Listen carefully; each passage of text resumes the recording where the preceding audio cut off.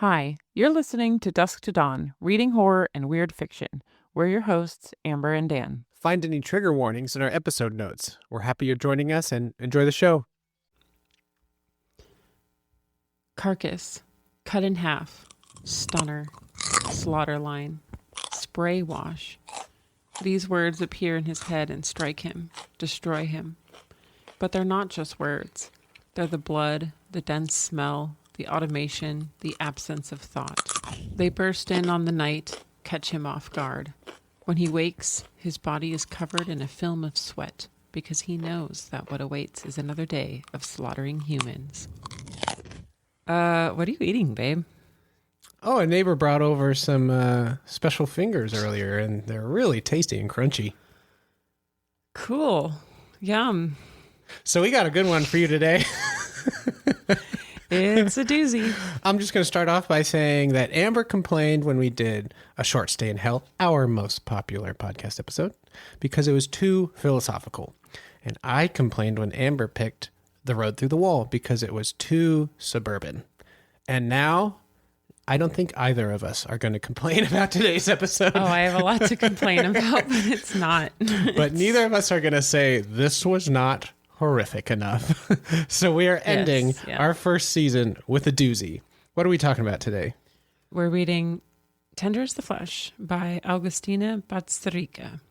And I apologize if I'm butchering her name because I can't really do Spanish. I can do German and English, and that's about it. So if you've been to a bookstore and checked out the horror section in the last 2 to 3 years, I feel like there's no way that you can't have seen this book. It has a very striking cover.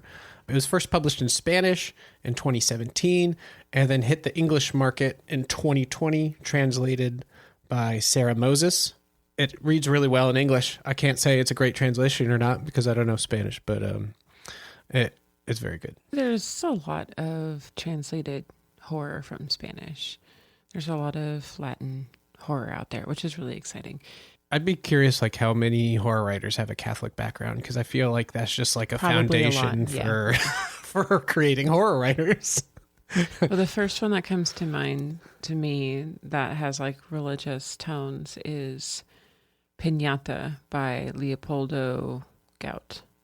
I'm probably pronouncing that incorrectly again, but I'm going to stop saying that because I'm just going to do it and you're just going to hear me like repeating myself how I'm pronouncing everything incorrectly. Yes, I know I am. But yeah, that one was a really good one. And it even involves a church. So yeah, Catholic horror for the win. What's that movie? Saint Maud? Yeah. Yeah, go check out that movie. It's crazy. But let's get back to Tender as the Flesh. Tell us about the author. Agustina Bazterrica was born in Buenos Aires in 1974. She earned a degree in the arts from the University of Buenos Aires. She works as a cultural manager and a jury member in various literary contests and is the author of the short story collection 19 Claws and a Blackbird, which I have read, and the novels Matar, niña and Tender as the Flesh, which is the book we're talking about today. Her latest novel, The Unworthy, was published in Spanish in 2023. It has been translated into English. I think it came out earlier this year or late last year in English. And that one is a dystopian tale about the climate crisis, ideological extremism, and the tidal pull of our most violent, explosive insects. Exploitative instincts. Jesus, wow. Explosive insects would be pretty cool. I want to read that book. Oh, man. So now you also know that I can't read. And the title poll of our most violent, exploitative instincts. Sounds like a doozy. Another doozy. And I'm going to tell you about the book. So, the recipient of the Ladies of Horror Fiction Award and the Clarion Novel Prize, one of the most prestigious literary contests in Latin America, Tender as the Flesh has been translated into 30 languages with 500,000 copies sold in English alone. It's currently being adapted for television, which is horrifying because it's all about the meatpacking industry. So what, you might say, as all the vegans scream into the void. We know slaughterhouses are terrible, but we don't care. Yes, but in this story, we're slaughtering and eating humans. The animals are sick, or so the government says. And so how else are the people going to get their protein? by breeding and raising humans for consumption, of course. But we don't call them humans. That would be cannibalism. We simply refer to them as the head, the product, the special meat. Bon appetit. Yeah. Right off the bat. The summary also could have been industrial meat production, but humans. Yeah. So, take your pick. Yeah. Just something to throw in real quick. Amber opened the episode with the beginning paragraph of the book. And a really cool fact is that Bazterrica says when she wrote down to write this story, that's the paragraph she wrote, and it has virtually no changes, which is crazy because it's a really good opening. Yeah. I wonder if she had that part in mind and then wrote the novel around it, or if she just really had like a clear image of how she wanted to start this. But she had supposedly, it's powerful. She had supposedly considered writing this book from the perspective of like one of the human products, but as you'll see, the way that they're treated and the things that happen to them, that would be a very difficult narration to make successful without it being, a James Joyce gobbledygook. I was just gonna say, like Finnegan's Wake book then. Yeah. But a human sacrifice. She should release Tenders the Flesh, the remix, and have it from that point of view. Oh my God. So I just want to say right off the bat, we are definitely spoiling everything in this book. It's impossible not to. Just like the meat is spoiled. Oh God. Yeah. So, and we're going to have a lot of bad puns. Yeah. So yeah, we're going to talk about the book, obviously eating meat, how the different characters react to this crazy situation that they're in, the narrator's voice, the importance of words. We're obviously going to dissect some quotes because we just love to do that. Dissect some quotes. Oh, ouch. We're going to compare factory farming animals to factory farming humans, societal control, things about the jungle that Amber wants to bring up by Upton Sinclair, that great breezy read. Yeah, then we're going to talk a little bit at the end of the episode about what the summer is going to look like, because this is episode 13, the last episode of our first season, but we don't want to leave you hanging throughout the whole summer. I'm really sad. I'm really enjoying this, so I'll be sad to be taking a break, but also it is necessary. We have a very busy summer. Yeah, so thanks all for listening. Let's get into the show. Obviously, this is meat packing, but humans, but let's lay a little bit more of the foundation. So we start out with our main character, who I don't think we get their name until maybe halfway through the book or something. Yeah, other people start talking about him and it comes up, and his name is Marcos. So the basic setup of this book is that animals have gotten some kind of virus or something. It's not specifically named, but in a way that everyone thinks, because the government and scientists tell them at least, that if they eat meat, they'll die. And this is all animals, not just farm food animals. This includes cats and birds and every animal is supposedly infected. They actually never bring up fish, but I would have to assume that that is included. Otherwise, they would just switch to a fish diet. And so this leads to something that they call the transition, which is a euphemism for eating humans instead of cows and pigs and stuff. Not just eating them, but raising them as cattle. Now, one of the most important things in this book that we're going to talk about is the use of words. This is something Bazterrica is very interested in. For example, I just said it's the transition, right? If you call it the transition, I don't know, that sounds kind of nice. We had to make a change, right? Instead of calling it cannibalism. There are two things I want to point out about this. First of all, unfortunately, I'm sure that there's going to be a lot lost in translation because it's hard to translate things literally from one language to another. So the translator has to think about what they believe the author is saying. I don't know if Moses worked with Bazterrica on translating this, but something to keep in mind with any translated work is there are things that are going to get lost. Like the Übermensch in German has been used in a political way as a mistranslation. So there's that's just my German example. But that's something to keep in mind. And then secondly, the use of terminology and control of words is very 1984, which is another book I want to discuss at some point about this. But yeah, so words are very important. And so it's really interesting to see how she uses words within this book. Yeah, a quote from the author, not from the book, when talking about Tender as the Flesh, is that when you want to impose a new paradigm, like in this case, eating human flesh, language is fundamental because language creates reality. And I think we can all completely understand that, especially, I think politics is the first thing that you can really think about in that sense, how politicians force terms and phrases and language on us in a way that tries to get people to think of horrific things as acceptable. I hate the word unprecedented. It's so overused in the news and in politics. It's ridiculous. I think it would be unprecedented if they didn't use that fucking word for once. But there's an example. Also, hashtag. Just hashtag going to dinner. Hashtag reading a book. Like people just use that in common language now. And that one's not nefarious necessarily, but it just is examples of how we come up with new words to explain things that are now in our society that weren't necessarily there in the past. Yeah, a quote from the book, too, that talks about the transition and highlights this point well is, many have normalized what the media insist on calling the transition, but he hasn't, because he knows that transition is a word that doesn't convey how quick and ruthless the process was. One word to sum up and classify the unfathomable, an empty word. They've all normalized cannibalism, he thinks. Cannibalism, another word that could cause him major problems. And this is an important point. So not only are they saying words like transition and the product and the head, but if you were to say, hey, man, I cooked up a human and ate his fingers, that you would be sent to the slaughterhouse and be processed, because we're not cannibals. We're not eating people. These aren't humans. They don't have names. They're just product.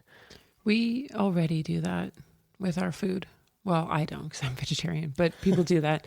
So you don't say, I'm eating cow, you're eating beef. We've come up with alternative terminology. I'm not eating pig, I'm eating pork. I'm not eating, well, except for chicken, which is a weird, and like birds. I don't know. I guess birds are okay to eat. Who cares about birds, really? You don't say, I'm eating the leg of a cow. I guess you do say leg of lamb. I don't know. Anyway, I guess I see what you're saying. I don't understand why, but there is like it's weird if you say, "Oh, I'm eating a baby cow." It just sounds weird. And full disclosure, as Amber has said a few times, she's vegetarian. I've been vegetarian for 20 years. Yeah, this book was hard to read. I do eat meat, not often, not in the house, because I love my wife, and that would really gross her out. And because I just like and food. You'd have to have your separate kitchen. Yeah. You wouldn't be able to use any of my kitchen utensils.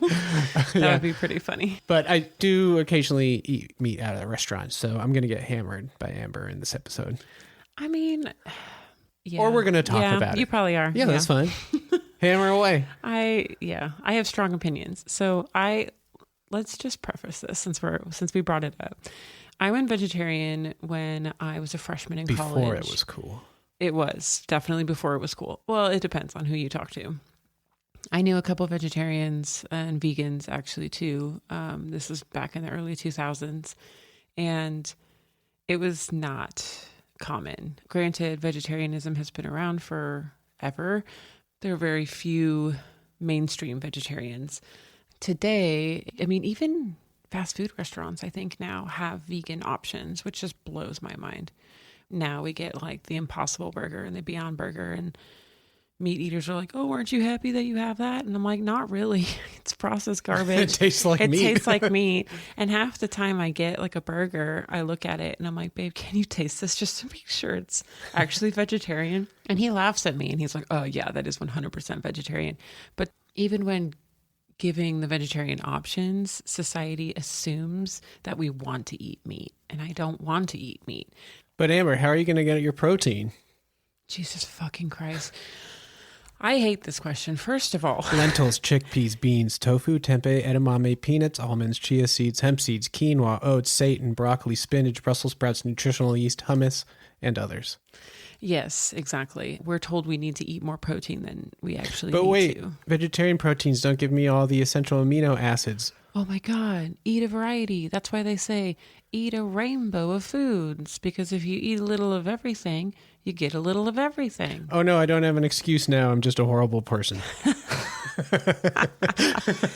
I mean, and it's true with anything, right? In moderation. You don't want to like just eat almonds. I don't know. It's funny how no one seems to have ever, in my experience, had a problem with people eating too much meat around me. But there's always the problem of, oh my God, you're so unhealthy by not eating meat. I'm like, what is even... What is happening? How dare I eat vegetables and fruits? Like, what? Yeah, and we're not here to hate on anyone who eats meat, because if we did, I'd be hating on myself.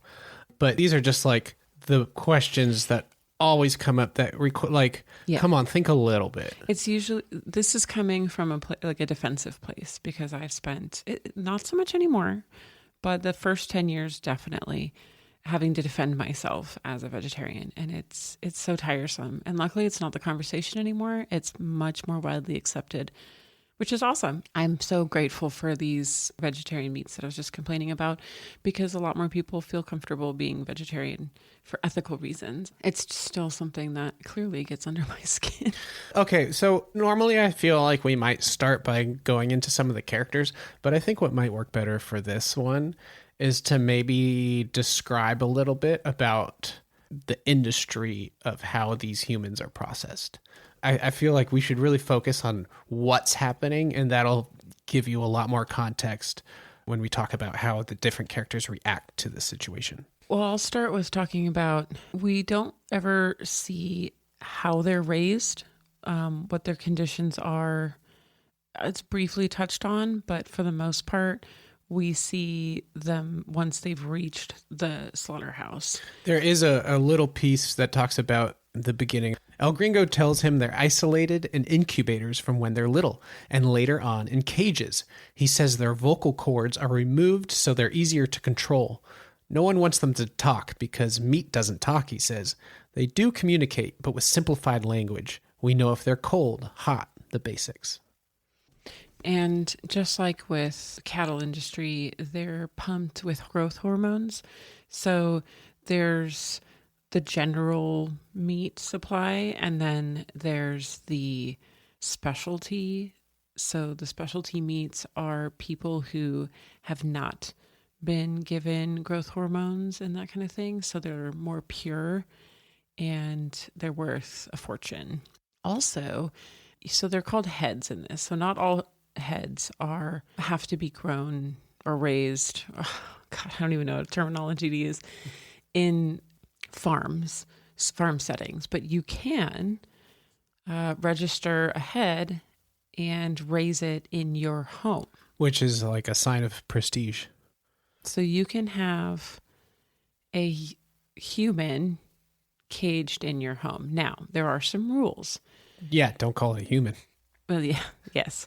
You are not allowed to use it as a slave. You are not allowed to use it sexually. You may breed it, but only through artificial insemination. And this is true with all heads. There is no intercourse, only artificial insemination is allowed. So you can do that within your home, but you have to have it registered. And when you slaughter this head, you have to have it registered and documented. It's a very, very controlled system because it can get out of hand really quickly. It gets pretty gruesome. I'm going to read you one of those gruesome passages. But yeah, brace yourselves for this. If you're eating, I hope it's not meat. On the way to the exit, they pass the barn where the impregnated females are kept. Some are in cages, others lie on tables. They have no arms or legs. He looks away. He knows that at many breeding centers, it's common practice to maim the impregnated females, who otherwise would kill their fetuses by ramming their stomachs against the bars of their cage, or by not eating, doing whatever it takes to prevent their babies from being born and dying in a processing plant.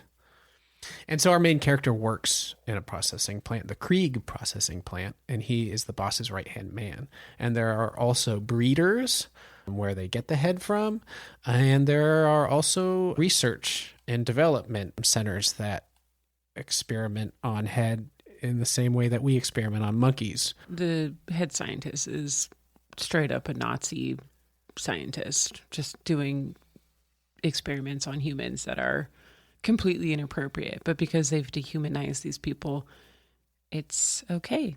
And one of the things that's so interesting about this part too is I'm kind of skipping ahead to the end for this, but it doesn't really matter. The scientist has won several prestigious awards because of the breakthroughs that the Research and Development Center is able to accomplish, because they don't have to use monkeys as a stand-in anymore, right? If you could experiment on humans, think how much more quickly we could advance a lot of different scientific things.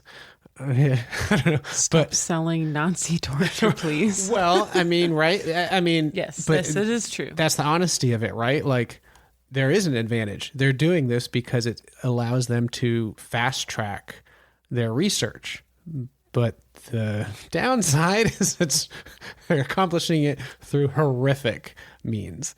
It's messed up. So going back to people as food, I have an early quote that I want to say just because it shows so much irony in this story and just how delusional these people are. I mean, it's basically how brainwashing works. The guys are actually about to eat a kid. It's the most tender kind of meat. There's only just a little because a kid doesn't weigh as much as a calf. We're celebrating because one of the farmhands became a father, he explains. Want a sandwich? Yeah, celebrating the birth of a kid by eating a kid. Yeah. That's crazy. But it's okay because it's made for food. And it's so interesting to see this argument like come up again and again, because vegans, vegetarians, more so vegans, feel that this argument is what people use for animals. Like animals should be treated with respect and equally and stuff, and animals aren't food. So basically this book is like a vegan's argument against eating animals. She's basically an animal activist right here. For humans. It's so weird. It's so weird. I still am like trying to wrap my brain around this book. It's so good. It's so horrible. It's so horrifying. It's just so good. Oh, this is good. Well, I mean, the first thing that comes off the top of my head, I guess, is like maybe you could say war, right? War is maybe one of those things. It's definitely one of those things that is so awful and often so preventable, but we come up with reasons why we have to do it, right? We just completely... A small number of people tend to decide that that's our fate. Let's talk about the main character. And I actually have a quote from towards the end of the book where he is introduced to someone and they explain like, oh, this is Marcos. He is wonderful and, so knowledgeable and stuff. And Marcos thinks to himself, well, this is how I would describe myself. So it does give some of the book away. But like I said, it's all spoilers in this. So he says about himself in his head, not aloud. My God, if he said this aloud. This is Marcos Tejo, a man whose son died and who moves through life with a hole in his chest. A man who's married to a broken woman. This man slaughters humans because he needs to support his father, who's lost his mind, is locked up in a nursing home, and doesn't recognize him. He's going to have a child with a female specimen, one of the most serious crimes a person can commit, but he doesn't care in the slightest, and the child is going to be his. Yeah. So there's a few things to unpack here. Just a few. When the story opens up, his wife has, I don't know if she's kind of left him, but it's more like, so their son died when he was very young. And this was devastating besides for the obvious reasons, but also because they had tried really hard to have a pregnancy. The mom could not get pregnant and they tried all these different things and, spent all this money to try to make it happen. They totally lost hope. And then, oh my God, we actually have a baby now. But now we don't.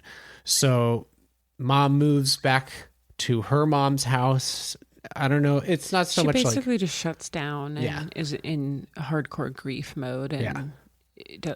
doesn't exist as a person at this point. and Marcos's dad is in a care facility and his mind has just like spiraled downward.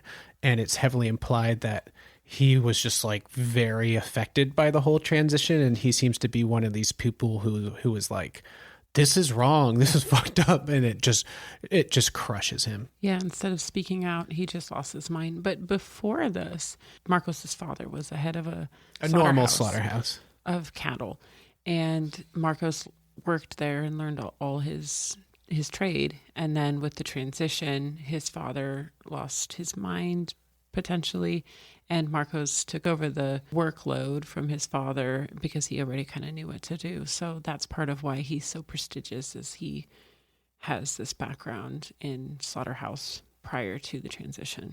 Yeah, and one of the scary things that's brought up by a few characters here and is like so true to life is because Marcos is like throughout the book is to the reader very upfront about how like this whole thing is fucked up. And after his son died, he like just lost the stomach for eating meat, which is ostracized in society, which is funny because for a long time vegetarianism was too. Like, why don't you eat meat? What's wrong with you?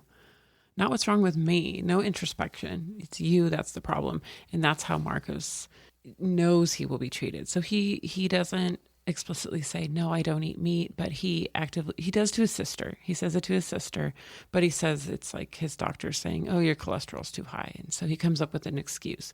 It's not, he cannot say, I can't stomach this. This is disgusting. I won't do it. That is not an acceptable answer, which is so interesting because it just shows how fragile the state of this society is surrounding their food. Yeah. So he mentions too that like the reason he's doing this is because he does it very well. He's one of the best and they pay him well. And that's chilling because that just seems so true to life. Like I can only imagine how many horrific things have been done by somebody because they're like, well, somebody wants me to do this and I'm good at it and they're paying me or giving me prestige or accolades or whatever. Right. Well, the Nuremberg trials, I was only doing my job. Yeah. Yeah. They're certainly doing their job here. I was just doing what I was told. It wasn't me. I had to, Same concept here. And there's some truth to that, right? I mean, not to defend these horrible actions, but you have to be realistic. It's mentioned many times, like if he tries to act up and say like, hey, what are we doing here? He will be sent to a slaughterhouse and turned into a product. Like they have no qualms about that. Amber mentioned earlier that like you're not allowed to sleep with the product and there is rape it's rape. Yes. There's no choice there. Very true. But there is a scene where a character rapes their head that they have and they're arrested and packed off to the slaughterhouse, but they're like 60 or 70 years old, so that can't be great meat, but still they don't care.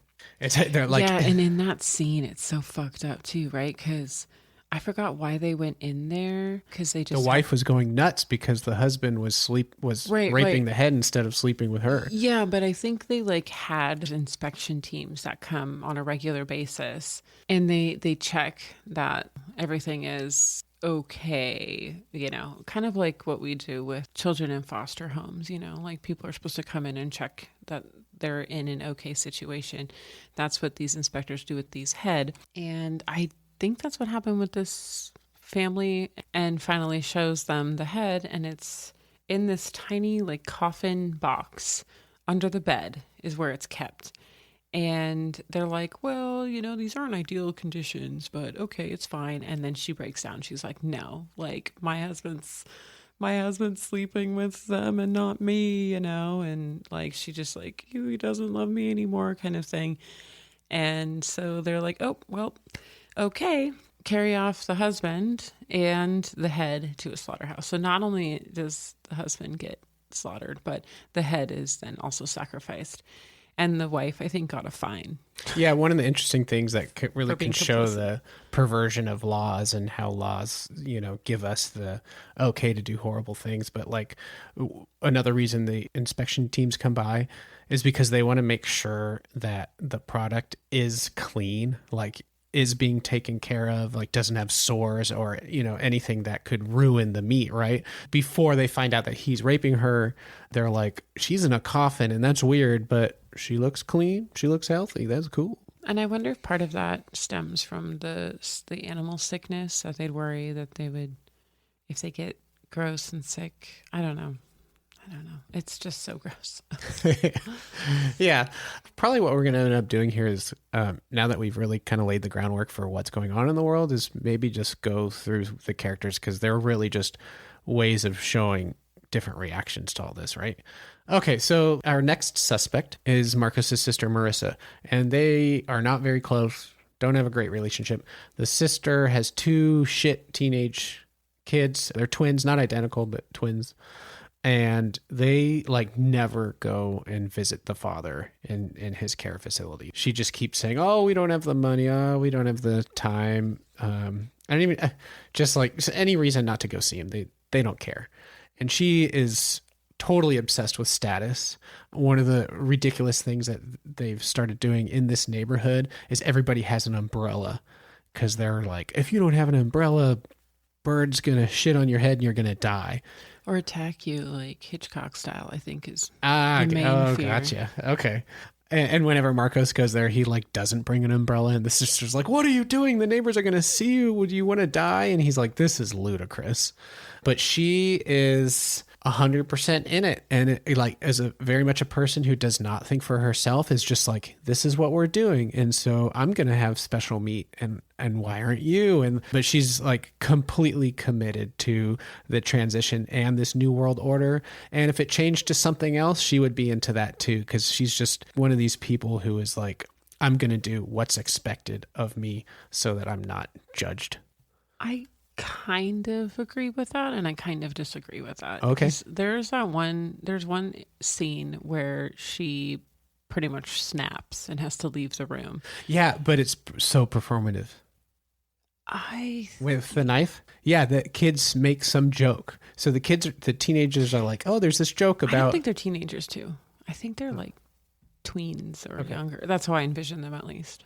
Because teenager gives them a lot more autonomy. Yeah. And I feel like they're a little younger than that and just creepy. I think of like the Shining kids in the hallway, the twin girls.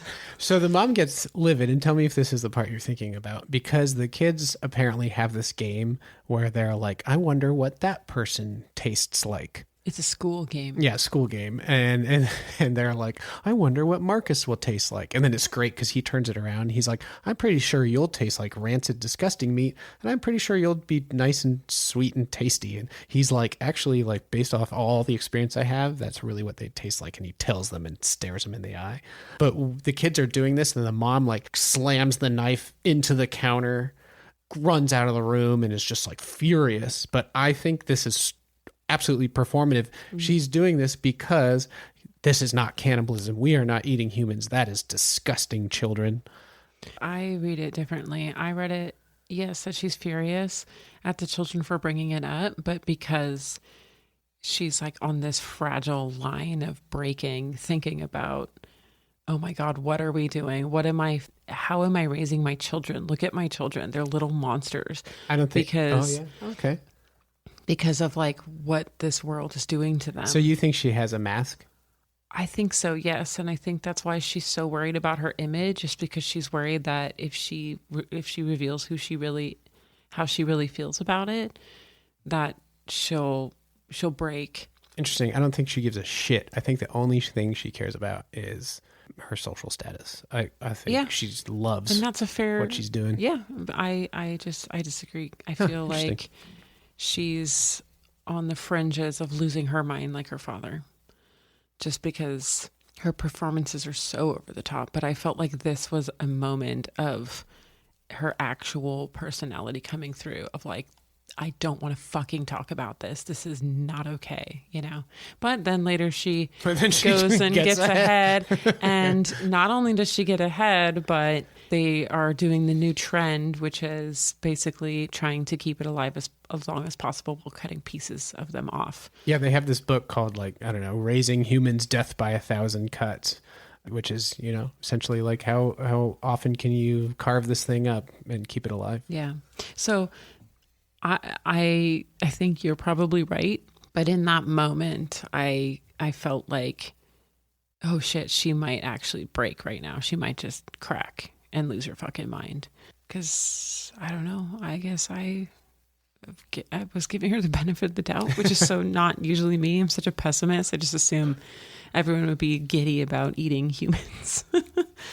I think another good example in my interpretation is later on in the book, after the father has passed away, they're doing like a wake for him, and she has these like digital photos that'll change between different pictures in a picture frame. She's got one of those up, and like she's doctored most of the images to show her and her kids and husband visiting the father in the care facility and like giving him a hug and like doing all these things that never happened. Just totally doctored the photos, creating her own history. And what really gets me, and this is why I think she was kind of fucking crazy, is because she's doctored all these pictures and Marcos is there, and it doesn't even register to her that like he's going to notice this, or she doesn't care. I don't know. It's just, I'm so glad I'm an only child. I think that sums up most of what her character is. She's very much the like, well, this is what everybody's doing and this is what's expected of us, so this is what we're going to do. And I've definitely met a lot of people like that in real life, right? We all have. Let's go to some other characters that are interesting to bring up. There's a scene where two prospective employees come to the processing plant, and one of Marcus's jobs is that he has to take these people and give them a tour of the facility. And decide which only one of them is going to get a job. So it's up to him to determine who will be better suited for the job. Because first of all, it's gruesome. You're literally watching people getting beat, their throats slit, and cut up. So can you stomach that? And also not like it too much. So his job is to find the balance for these people. Yeah, and one of the things that he brings up in the narration, I mean, he's not narrating it, but one of the things that he's thinking about is that he doesn't want anybody who enjoys this or is passionate about it, like the more detached, the more clinical you are, the better. Which is true in the meat industry too. That's why you get so many immigrants. Yeah. And a lot of people lose their fucking minds and just become. Yeah, and we have a character who loses their mind working there, who we'll get to. But so these two people are like going through and seeing the different sections of the plant, see how it works, and like watching these horrific things. And one of them is asking like a lot of good questions and has some experience with the slaughterhouse, the way like that works.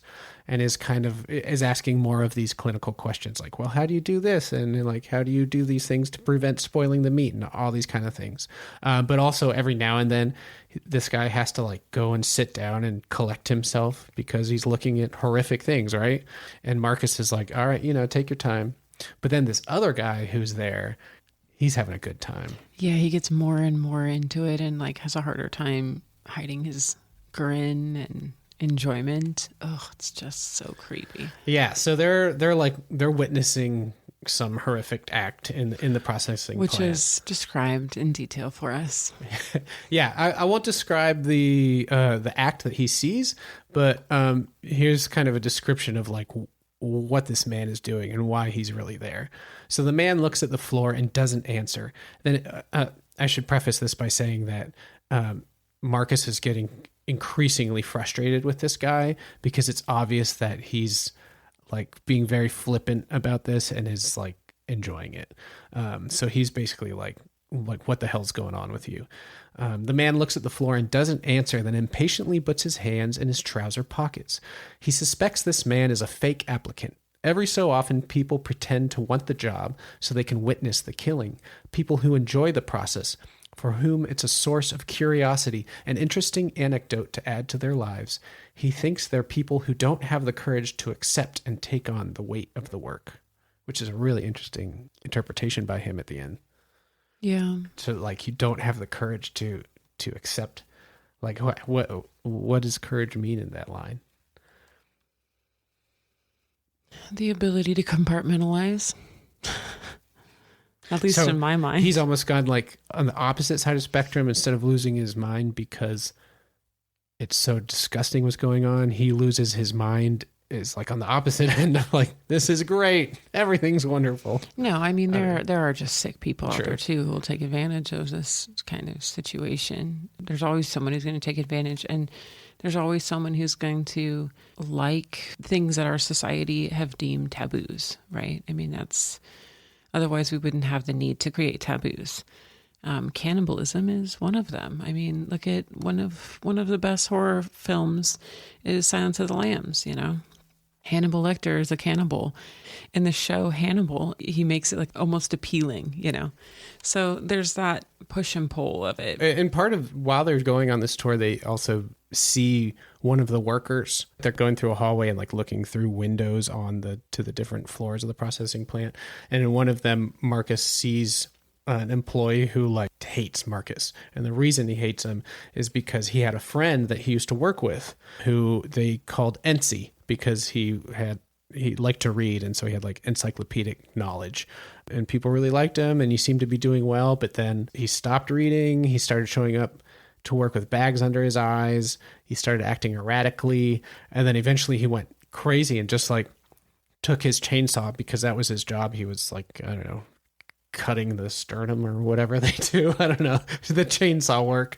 And he like frees a bunch of the head and threatens people who try to stop him. And then so Marcus has to fire him, and the guy ends up just losing it and shooting himself. And so this other employee blames Marcus for that. But that's an example of somebody almost like Marcus's father, but to a further extent, who just like was able to accept it until they couldn't anymore. And this is why in our reality, and the meat industry is so secretive. You can't get in, you can't see what's going on. Activists go in with hidden cameras for the opposite reason of that creep in the book, but to like show how horrible it is in trying to spread awareness of like what the industry is. And in this, it's kind of the same parallel, but taken to an extreme. And that does happen in the slaughter industry in our reality, that people just can't take it anymore. You're surrounded by death, and you're causing death day in and day out. And it's very bloody and it's intense.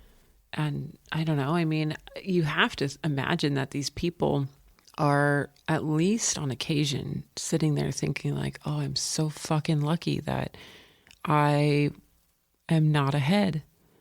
Because how close is the line, you know? And as we'll see, which I guess we should maybe talk about next, is that even if you have a name, you still can be up for slaughter in certain instances, and it's okay. And there's also the black market.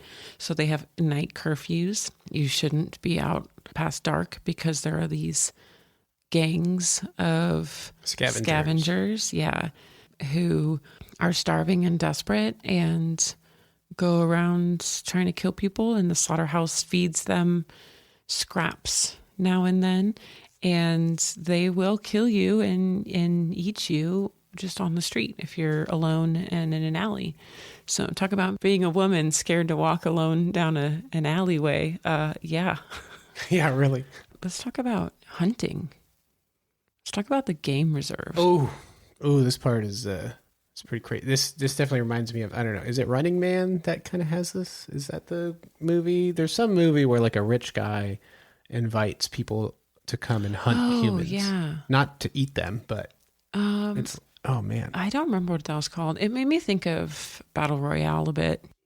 They're not fighting each other, but just like human on human, or Lord of the Flies kind of thing. Like, well, you got the bottom of the barrel, you're going to be hunted. Well, but in this situation, so yeah, there are hunters that are invited to hunt people, but the people Rich who are being people, hunted basically. are often, celebrities or people who have somehow gotten into like huge debt. So, for example, there's this rock star, and they don't say how he got into debt, but he's in debt, right? And so they say, hey, you need to live in this reserve and try to survive for, like a week. And if you can survive for a week, you're out, your debt's paid. I think, and I think the amount of time you spend in there depends on how heavy your debt is. Yeah, and then the rock star is found and killed when he has 5 hours left, which is just... And then they eat him fresh. And one of the optional things you can do when you are a hunter and you kill something, they'll pose, like they do today, holding up this dead human by its head, as you see with like rich people going off of hunting reserves and killing endangered animals and holding it up. You're like, look at me, I killed this animal. I'm so proud of myself. It's the same thing. And you can mount their heads. So the game warden has a bunch of human heads mounted on his wall. It's like, what the actual fuck? Yeah, very Mad Max vibes there. So Mad Max, yeah. But it's funny because like that was really like, what the fuck to me? But I already do that when I see animal heads on the wall. So it's not such a huge step for you. Yeah, it feels like for how horrific I found this book, like it was less impactful because I already see this with animals. So seeing, or imagining heads mounted on the wall, I'm like, well, yeah, we already fucking do that with animals and it's horrible. It would be curious. Do you feel like it was like super impactful for you, those kind of things? Or were you maybe jaded by them because you're used to already seeing that kind of thing with animals? I mean, for me, it's like a huge step. I mean, I totally see what you're saying. Like, we're already doing that and we're okay with that with animals, but I totally see an enormous step between animals and humans. So it's a bigger step for you than it is for me. Yeah. But I'm already but I feel like my... your perspective probably makes more sense. That's just how I feel. Well, it's not so much, I'm not trying to say like one makes more sense than the other, just like for you, it's a bigger leap of like, oh my God, this is absolutely horrific. And for me, it's more of like a step up, but I'm already a step higher than you. Yeah. So it evens out. Yeah. You don't have as much to climb. Yeah. And I mean, the hunters, like that seems great. I mean, great.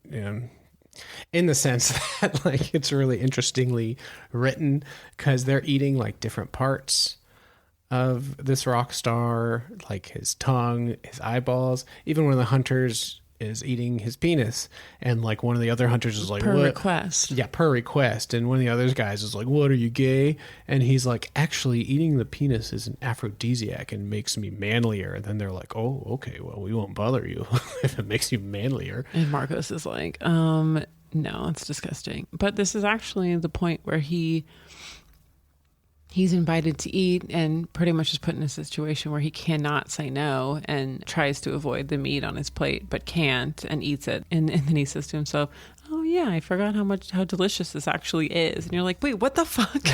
Yeah. No, that's not the internal reaction you're supposed to have. That's so fucked up. That just makes it worse. Oh shit, these fingers are delicious. It was like candied fingers and a reduction or something. Like, I forgot how delicious fresh meat is. Like, oh, Jesus Christ. Yeah, and then like one of the hunters gets kind of mad because I guess he's maybe a little more senior compared to the rest of the group, and he kind of like gives a veiled threat to the hunter who killed this rock I think star. that was the game warden. Oh yeah, because he was like, next time let me get the shot. So there's all these things that are conversations that really happen when we're hunting animals, but now it's talking about humans. There are definitely some real life actors out there. Not literally actors, but there are some real life people out there. I could imagine doing this. The more money you have, I feel like the more likely you are to do crazy shit like this. Yeah.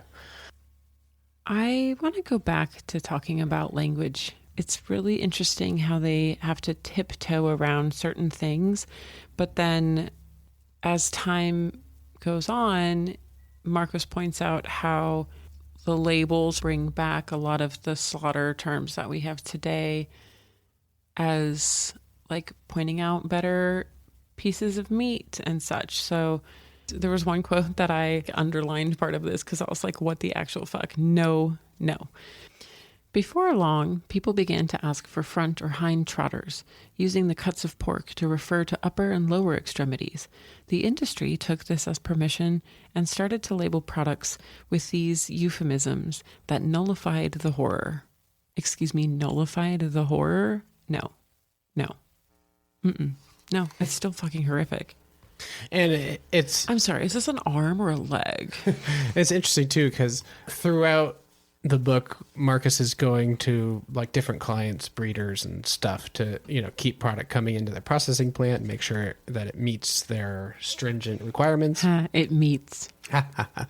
And he constantly is thinking about how disgusted he is by these people he works with, because they'll use, basically these euphemisms about the horrific things we're doing. And he's like, this is disgusting. Like, why are we tarnishing and corrupting our words, and so that to cover these horrible things we're doing?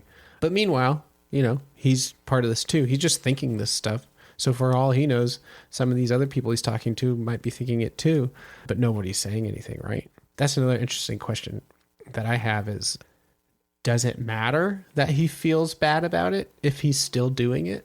How different does that make him from somebody who either doesn't think about it or even enjoys it? Because his actions are contributing to it, right? And I think that's something we all have to deal with. Like we're all to blame for that. We have things that infuriate us that we don't do anything about, right? Because what are you going to do? Yeah, because a lot of stuff happens either so quickly and so many people accept it so quickly that you're forced to go along with it or be thrown to the wolves, or in this case, to the slaughterhouse. And there's not a whole lot of things that people are actually willing to die for. I think most people would say they would die for their family. And that's brought up, I mentioned this before again, but a couple of the people in this book are like, I'm doing this because it helps me take care of my family. And that's it. And my family's the most important to me. So I'll do this horrific stuff because it keeps the things or the people that are most important to me taken care of, right? Yeah. And then, you can't allow dissidents. You can't allow vegetarians in this instance because... Veganoids, as Marcus's sister calls them. Yeah, because if you do, then that creates a crack in your foundation and allows for people to think about alternatives.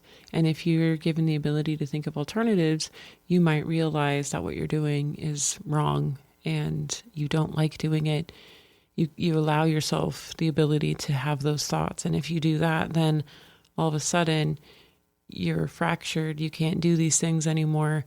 And society crumbles, or in this case, the very profitable human meat industry would crumble.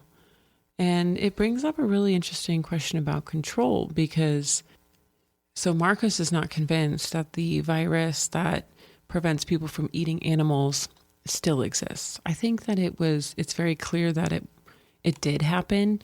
There was something going around and a lot of people were getting sick and dying from eating meat. Every single animal on the planet is contaminated and not humans. I don't know. That does seem pretty far-fetched. Yeah, and a really crazy thing is when he's at that research laboratory, there's like a part of it that has animals there, and he's kind of like, okay, if you're able to make all these scientific breakthroughs using humans or, using product or whatever they call them at the lab, why haven't we made a cure yet? And he's almost why are like, we trying? Yeah. Like, well, shouldn't we be doing that? And it's almost like he knows not to even bring it up because the answer would be like, shut up. It's profitable to eat people, I guess. And yeah. And of course, I'm sure there are other reasons. Control is a good one. But yeah, causing fear. I mean, his sister, Marissa, won't leave the house without an umbrella because she's frightened of animals. So if you can keep people inside, you can control them. If you can have a curfew, you can control people. And controlling people gives power and usually ends up being incredibly profitable for the people who are in control. This also, right from the beginning, made me think of Upton Sinclair's The Jungle, which you have not read, correct? No, I haven't. The result of this book being published was that government said, oh my God, this is disgusting. Is this actually how our meat's being processed? They went in, saw that it was, and therefore we got very, very harsh regulations on the meat industry. Yeah, it's kind of funny because my understanding is that the book is like Sinclair's main focus was to reveal the awful working conditions for immigrants. But then people read it and they're like, screw the immigrants, we're eating this shit. Yeah, which in and of itself is such a fascinating case study of how humans react, right? The horrible situation that these people were, their working conditions, which just happened to be food. So, we took their horrible working conditions and saw, oh, but that's our food. I can't eat that. Who gives a shit if he cuts his arm, but if he gets his fucking blood in that meat, I'm not eating that. That's basically what happened. And I feel like this is in a lot of ways very similar to that book, because I wonder how many people read this and mainly focus on how disgusting and horrific the cannibalism aspects are, but then lose the humanity pieces of what is this doing to these people? How is it controlling society? And, what really is supposed to be the takeaway from this book. One of the interesting thoughts I had that's kind of a twist on that is that while I was reading it, I was thinking, I'm reading this and enjoying it because it's a horror book and I like weird shit. I would wonder how many people, and I mean, this book has sold millions of copies, so it's doing very well, but how many people are being exposed to the meat processing industry because they're like, oh, it's a horror book and they're using humans. So in this case, not as a reason not to read the book, but that's why they read the book, because they're like, oh, it's ridiculous. But the way that they describe the processing of the people feels very similar to the way it's probably done in an actual processing plant. So in a sense, you could actually expose a lot of people to the awful conditions and what they're eating and what's going into what they're eating because, oh, it's just a horror book. So hopefully, Star Trek. This is a Star Trek moment. Gene Roddenberry created Star Trek to talk about social Right, because if you're racist issues against an alien, people aren't going to be like, oh, well, that's not true because it's a fictional character. So you can talk about these hot button issues I don't want to say hot button issues. That's one of those stupid. It's just one of those, unprecedented. It's an unprecedented hot button issue. But by changing it from cows and pigs to humans, now it's a horror story. So I wonder if she's a vegan. This could very easily be a vegan activist book masked as something. Yes, not. She's vegan. She adopted a vegan lifestyle in 2014 after watching the documentary Earthlings. Oh, yes. I've never heard of that. Yeah. Watch that. Let's watch that. Ugh. But here, so interesting. So I read this and I was like, oh, I don't really want to eat meat right now. And I have seen some of those videos or read about the stuff that happens, and it's so I've gross. Told you for years. Yeah, but when I was vegan too, we had long conversations. Yeah, it's disgusting. But here's the thing: that disgusting conversation passes quickly out of mind. Disassociation. Exactly. And compartmentalizing. And I do that. 100%. I'm going to eat meat again. I'm going to take a little break because I'm disgusted, but it'll fade from my mind because it's not constantly put in front of my face. Yeah. I feel like there's not really a point to talk about it. So I just want to call out real quick that there's a zoo that the main character passes by fairly often. Nostalgia. It has a place, right? Yeah. This is a look into the past. This is when he's there, he thinks a lot about his childhood. So his father would take him to the zoo a lot of times. It's also a window into life before the transition and what life was like back way back in my day, you know? I mean, this character is not a sympathetic main character. If you think he might be, you need some help. Because think of what he's doing. He might be thinking about how bad it is, but like what he's doing is horrible. But anyway, I'm just doing my job. my point is, I think the most sympathetic moments for me for this character is because his dad would take him to the zoo, and now, of course, it's abandoned. All the animals have been killed, except for some puppies he finds later. No, I think he even says at some point, like, there might be some roaming around. Yeah. But, Yeah, it would be hard to kill every animal. But his father would really like to take him to the atrium. So one of the things he does now when he just needs to like calm down is he like goes into the atrium, goes up to the top of it and like lays down and looks up at a stained glass ceiling that has an image of Icarus, the famous mythological character who flew too close to the sun. He just like lays down and looks up at the sky through the stained glass window and thinks about his father. And in those moments, I feel a little bad for him. Yeah, and he had dogs before and spent a lot of time with them and finds these puppies and names them and then almost is killed by a pack of rabid dogs. And then he comes back later and then there are teenagers there and they're just torturing these puppies and throwing them against the wall, and one gets bitten and they're like, oh my God, you're going to die. And he's like, I'm not going to die. Like in the moment of, teenagers being teenagers when no one's around and they don't have to perform for society, they're like, yeah, it's bullshit. I'm not going to die. Which is like so awesome of the author. I really like that detail. It could have easily been like the animals are infected and therefore we can't do this. But I just love that extra layer of reckless people kids who are like, is this even true? Mm-hmm. They're doing this nightmare reality based on something that they're not even certain is real. I mean, can you imagine having a head in your, house? Let's say you have it in your pantry or whatever. And then... Well, cold storage pantry, hopefully. Well, no, it's still alive. Or let's say you're doing the 100 cuts thing. So you have this human that you've been slowly cutting up and eating. And then there's a discovery that the virus isn't going to kill you if you eat an animal. How do you come back from that? And that's part of it too, that I wonder is why they're creating this control environment, right? Because how the fuck do you come back from eating people and saying, oops, I guess we didn't need to do that? You know what? I bet that'd be similar. That would break you. That'd be similar probably to post-World War II Germany, right? I remember seeing, it was actually an interview with Arnold Schwarzenegger, but I remember him saying that like part of the reason he left Austria as, I don't know, a teenager or whenever he did, is he's like all the men from the older generation who fought in the war were all just hollow people.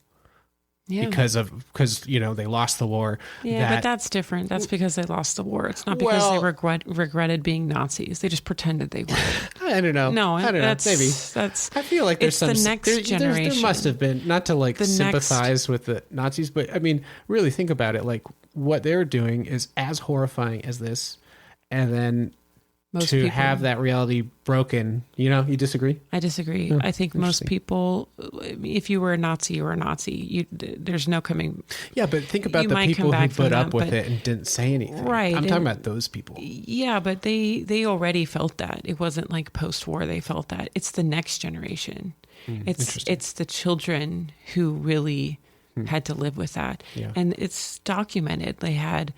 they confronted their parents, like, why the fuck did you do this? How could you do this? It was a whole movement in Germany in the 50s and 60s where these teenagers were like, what happened? And the generation that lived it were like, oh, no, we don't talk about it. Yeah, that's a good point. We don't talk about women getting raped. No, that didn't happen. Well, yes, it fucking did.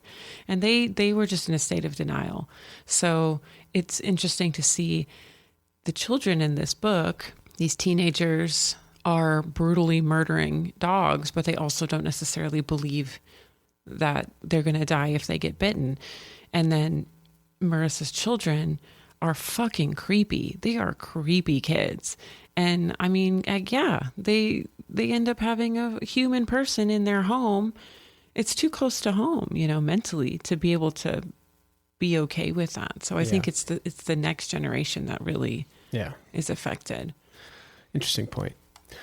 So I feel like we can wrap it up. And what's kind of interesting is like, we've like talked a lot about what goes on in the book, but there's like a whole extra second part. And I'll just say that he has gifted one of these products, like a female head that he like. I think we should talk about the end. Do you think so? I think this is the book. We should definitely talk about the end because it's so fucked and so twisted. Yeah.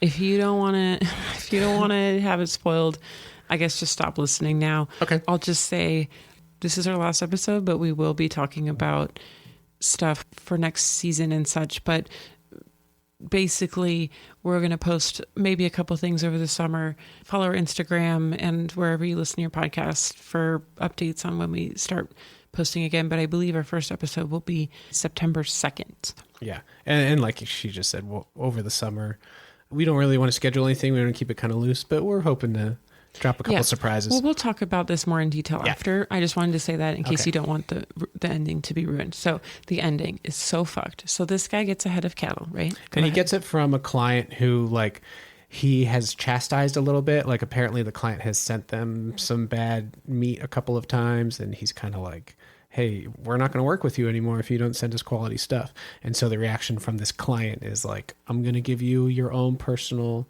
product. And this is one of those like very valuable products where she hasn't been given hormones or anything like that, is like pure. And they're basically like, hey, you could just like sell her and make a bunch of money because these are just like valuable meat. Or you could artificially impregnate her and, you know, like start raising at home and all this kind of stuff. So he has this product head, whatever, and like has it locked up in the barn, and he brings her like bowls of cold rice and water and like goes and washes her. And for a while, it's just kind of like, he's just frustrated because he's like, I'm busy. I got all this shit going on. My dad's dying.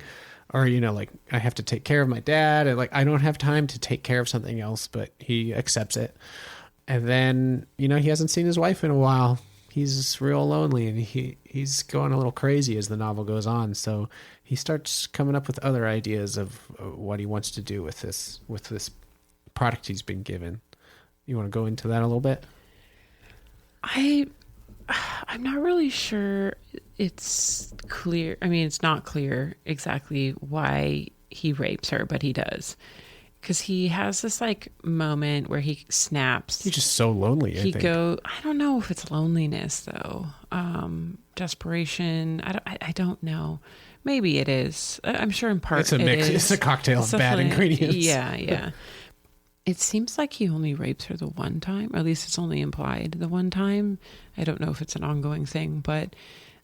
And remember, she doesn't have vocal cords or anything, and she's basically like an animal. I mean, she's a human, but these things were, you know, they're not being taught to read or go into school or anything. Yeah, or taught language or anything. But he keeps her in the barn for a while and slowly like feeds her more and cares a little more and more for her, then rapes her, and then finally brings her into the home and turns a room for her that is pretty much a cage, but he justifies it as like protecting her from herself and protecting his home from her accidentally destroying it. Yeah, he comes home from work one time before he had done this, and like she had taken all the knives out and cut herself like superficially, but he's like, oh, okay, I need to like put some safety measures. She's like a child, you know, like he's taking care of her. But yeah, so she's in a room with like pillows and TV and a bed. And this is a big no. He'll be sent straight to the processing plant if this is discovered. Yeah, no relations with the head. He can tell that she's become pregnant because she stops having her period.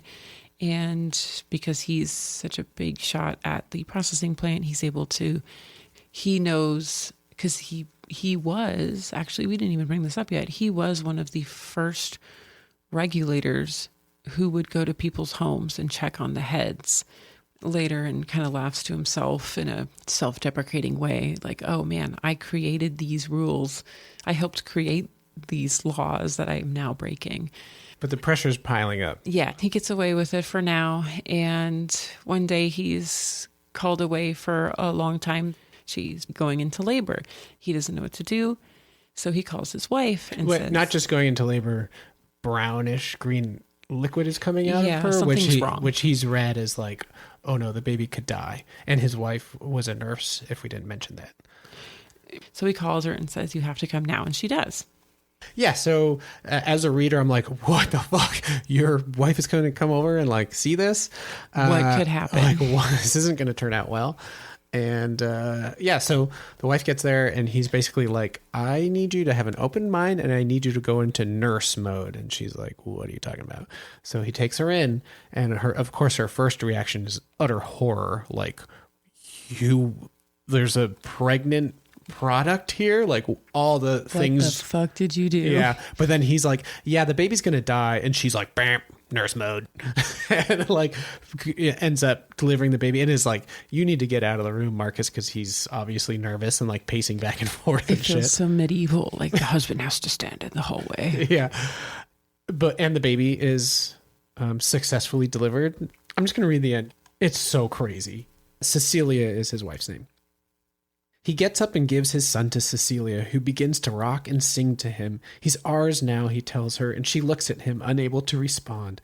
All Cecilia can do is look at the baby and cry silently. She cuddles him and says, what a beautiful baby. You're the most adorable baby boy. What are we going to call you? He goes to the kitchen and returns with something in his right hand.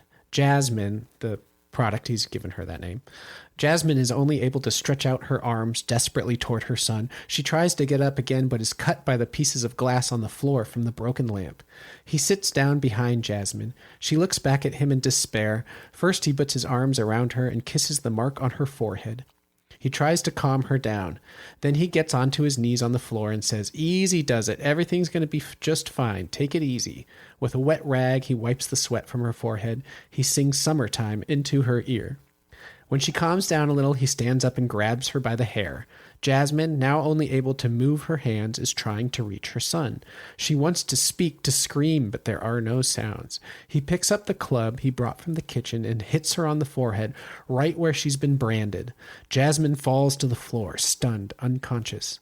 Cecilia jumps when she hears the thud and looks at him without understanding why, she yells. She could have given us more children. As he drags the body of the female to the barn to slaughter it, he says to Cecilia, his voice radiant, so pure it wounds, she had the human look of a domesticated animal. Whoa, damn! Oh my God. What the fuck? Yeah, that's so powerful and also not how I thought the book was going to end.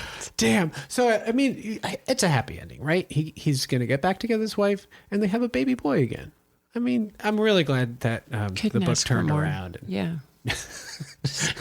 Fulfilled all the sad wanting that we felt for Marcus, and this delivered. And apparently it's funny, and I read an interview with Bazterrica about this book, and she says she's often asked by students, like, why did you do that ending? I didn't see in the interview, like, she didn't really give the answer. I think probably a long-winded answer. Yeah. But I mean, a happy ending to this book would make the book not good because it would be so dishonest. So I don't know. I guess since I just read the very end, what did you think? Did you enjoy? Was this book a delicacy for you? This was a book that I couldn't look away. I hated it. I hated it, what it reminded me of with our society today and what we do to animals and what people consume. I hated how dehumanizing this was. I hated the visceral imagery of meat. I just don't like meat in general. So I hated it, but I could not put the book down. So I loved it. Yeah, same. And it's cool. The way it's written is it's like very clinical, just straightforward, just like describes what's going on, which I think is perfect for it. And she had said too, like she had considered maybe making it the language a little richer, but then that would take away from the horrific accuracy of what's happening. You mentioned how he sees Icarus in the zoo, and I feel like he is Icarus, but he gets away with it. He doesn't fall. He almost falls, but he realizes that he's getting too close to the sun. And I mean, there is still the chance that they'll be like, how do you have a child? But his wife's been gone and in solitude, so they could Oh, try yeah. to explain it away. Who knows? But yeah. Yeah, I don't know. We certainly got a horror book. We did. We got horror, we got social commentary, we got commentary on Nazi practices, we got commentary on relationships and society, and we got Mad Max vibes, we got Last of Us vibes. at the Last of zoo. Us vibes, we got 1984 vibes. It just had ticked all the boxes. The only thing it was missing was a haunted house, honestly. I mean, the house should have like eaten him at the end or something. Be like, oh, humans. We Except must the eat the haunted humans house now. would have like animals jumping out at them because that's what they're scared of. Yeah. Just bats everywhere. Yeah, this was a really, I mean, it was a really good book. Why can't Not they- good as in enjoyable. Well, no, that's not true. I totally enjoyed it. I love I this did too. book. I enjoyed it. I enjoyed how like uncomfortable it made me feel. I'm like, Yeah. oh, good. I still have, and I feel like that's also good too. It's like I still have the ability within me to be Yeah. horrified like this. Yeah, I mean, reading horror it definitely. It's not a jump scare. Yeah, I That's wouldn't for say sure. it jades us, but it does, kind of soften those edges a little bit. So it's good to know, okay, I can still be disgusted. So I have two questions that would completely nullify this book. One, why don't they eat bugs? People Ugh, do that gross, people dude. do that all over the world. Ew. And it's actually been discussed as in our future Yeah. a very viable source of protein because the animal industry is not sustainable and it uses way too much land, way too much food, way too much water. It's going to collapse at some point, and with disease and all that, blah, blah, blah. So that's already a food source today. You've eaten crickets. I know you Yeah, have, don't and lie. it was weird. Candied And crickets. it's not as disgusting in other parts of the world. Yeah. And what about growing meat in laboratories? Oh, like Impossible Burgers, basically? No, real meat. And they are already doing that Oh. today. Live meat grown in a petri dish. Probably because it takes so long. I've even, but if your society depends on it, it's amazing how quickly you can do something. It's funny because the thought of that, my thought is like, but it's not real, which is so dumb and twisted. But Yeah. I don't know. But if it had all the same nutritional value, but you could pull out the issues with cholesterol and Yeah. I don't know. Those are two things that are viable alternatives. So Yeah. don't put up with it, guys. If our government starts saying you need to eat humans because you need more protein, just fucking eat bugs. Just eat the spiders in your house. You'll be fine. I mean, yeah, it's crazy. Just the way you say, yeah, I mean, just thinking of the government and like, not to get into specific politics, but just the way that we have seen in many countries, but America's really struggling with it right now. But just like the way that leaders can totally control the conversations and thoughts that we have. And I'll leave it at that. While this does seem crazy, maybe it isn't that crazy. Yeah. And another kind of funny, ironic point is how all these people have become sheep. Yeah, you get that? Yeah. This is a fun read. I'm really glad that we ended on this one Me too. because it was so horrific. I will be sitting with this for multiple reasons for a long time. And I'm really glad that she is a vegan. That makes me happy. This was a great book to end on. It was visceral. It was gross. It was horrific in so many levels. And now we're done. We're done for this season, which is sad, but necessary because we have a very busy summer and we've already started discussing what we're going to read in the fall. Amber's actually made a spreadsheet. It's past discussing. I mean, it Well, can be switched out, but We're still open to seeing, what haven't been announced yet that we might be interested in replacing things. But we have a general idea for our next season. Our first episode will be September 2nd. Our goal is to do every other week, ending again at the end of June. isn't that like 22 books or something? Let's see, we have 23 books is the goal. It's a lot of reading. It's a lot of reading. We got a good variety. part of my spreadsheet was putting in the genre. So hopefully we have a good mix for you. So there'll be a little bit for everyone. Yeah. Yeah. All right. I'm just going to, I'll just admit right now, I'm not reading anything new that I haven't brought up before. I'm still reading the things I talked about. So what are you reading? I'm still reading Cannibalism, which is a natural history book. And I just finished reading Reprieve by James Hahn Matson, which I'm reading with a book group through the Horror Writers Association, our chapter in Oregon. And then I am in the process right now of reading Nestlings by Nat Cassidy, which is my first Nat Cassidy book. I've heard wonderful things about Mary, but I'm starting with Nestlings and I'm really enjoying it. It's a cool concept. But yeah, that's it. That's all I've been reading right now. Cool.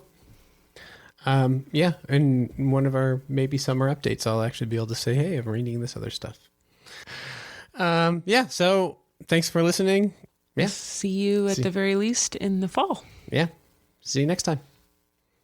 Thanks so much for listening, and make sure to subscribe wherever you get your podcasts so that you know when we have our chaotic summer postings, and also to keep you on target when we start up again in the fall. And if you're interested, you can follow us on Instagram at dusk.to.dawn.podcast. I'll be posting intermittently there. Also, if you are interested, you can follow either of us on Goodreads. I am also on Storygraph, and you can find our links in our Instagram link tree. Chat with us. We're still here, just not doing this for a bit. So have a great summer, you guys, and we'll talk to you in a few months. Yep. See ya. Well, if you've made it this far, then we didn't scare you off. Thanks for listening to Dusk to Dawn, reading horror and weird fiction. Please rate our podcast, and if you like, follow us on Instagram at Dusk to Dawn Podcast, which is also our Gmail address. Tell us what you liked or didn't like about the show, and let us know if you have any book suggestions. See you next time. Bye. Bye.